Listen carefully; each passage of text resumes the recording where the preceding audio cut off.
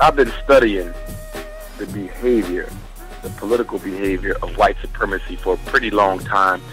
In my undergraduate studies, I actually majored in political science, which is the study of military ingenuity. And in watching some of the recent international so-called grassroots struggles against the existing government, it was made clear to me that the United States government, using the CIA and other countries and the FBI in this country, were actually creating fictitious disorders, false uprisings by CIA agents who then went into different cities around the world and then organized the people to revolt against the government.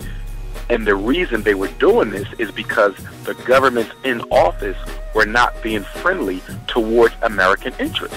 So one thing we have to understand about the new technology of white supremacy, it has to look like something other than what it actually is. If we look at the elder Neely Fuller in his particular workbook, textbook on thought, speech, and action for the victims of white supremacy, he talks about the stages of white supremacy. So first you establish white supremacy, then you maintain white supremacy, then you expand white supremacy, and then you refine white supremacy. The 21st century is the century of the refinement of white supremacy. Let me say that 2 more times. The 21st century is the century of the refinement of white supremacy. The 21st century is the century of refinement of white supremacy. The reason I say that 3 times is I need black people to understand white supremacy is not going to be obvious anymore. It is not going to be blatant anymore. Okay? White supremacy relies extensively on military science, covert action, and deception. The heart of any military campaign is deception.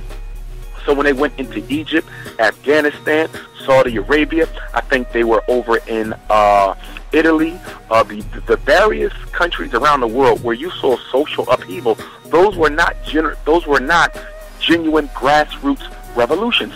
Those were CIA agents. How do we know this? Because every government that was deposed by the so-called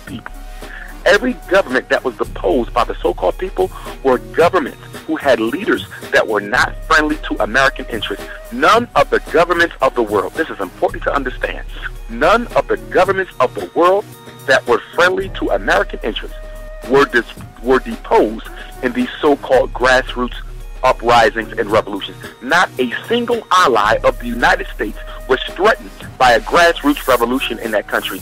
Only enemies of the government.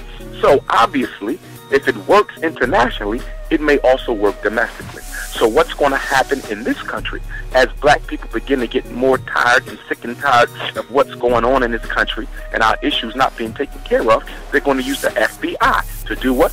Start an organization, infiltrate an organization, okay, cause a so-called grassroots revolution, which will then give the government the right to execute black people en masse.